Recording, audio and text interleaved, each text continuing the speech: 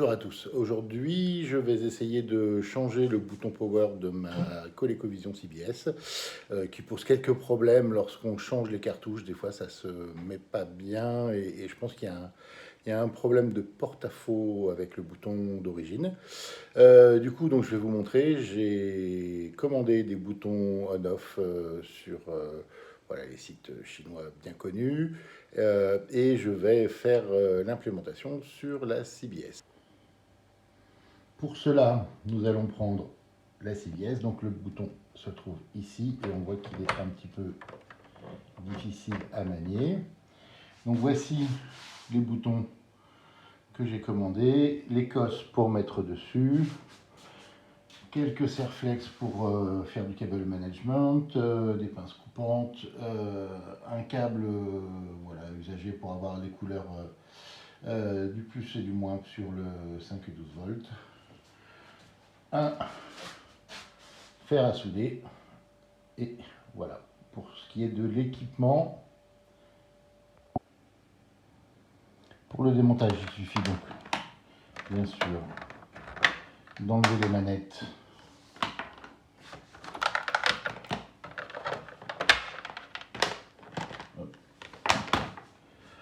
de retourner la console. Oui, j'ai oublié de vous... Voilà, un petit pinceau, pour une brosse à dents pour nettoyer et un tournevis cruciforme. Il va falloir enlever 8 vis.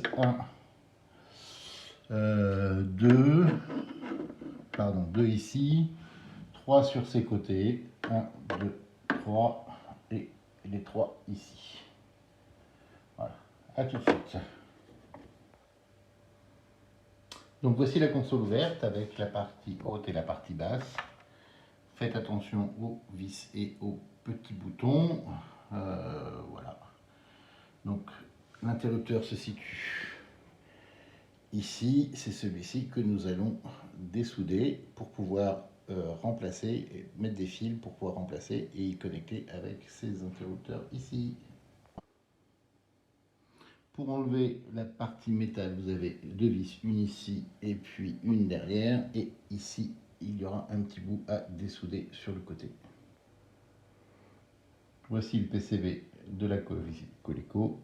Il y a encore de nouveau 2 petites vis, une ici et une ici, pour pouvoir la soulever complètement. Voici maintenant la carte complètement libérée de son emprise. Alors, nous allons nous intéresser à cet interrupteur et surtout, du coup, aux 2 soudures qui sont un peu rectangulaires et rectangles là qui permettent de maintenir le bouton.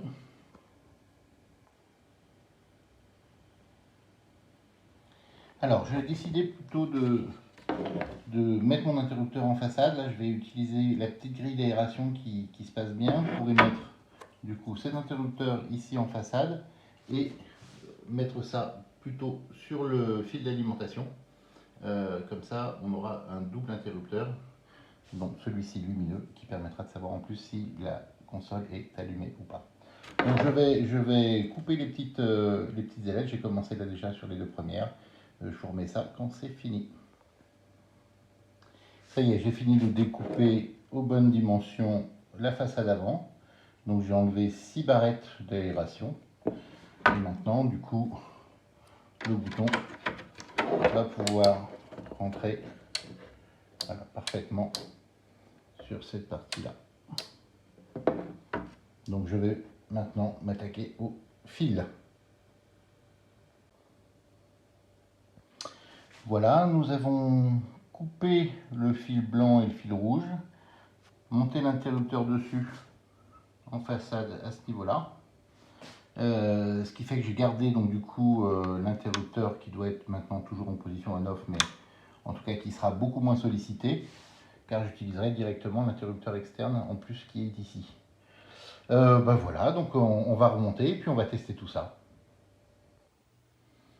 Nous voici maintenant pour tester notre petit bricolage. Alors, voyons voir. Donc la console est ici, je l'ai branchée. Le bouton se retrouve en façade, ce qui nous permet de voir aujourd'hui que la console aussi est allumée avec ce petit voyant lumineux. Et puis effectivement, hop, voilà, tout fonctionne. Et merci, à bientôt pour une prochaine vidéo.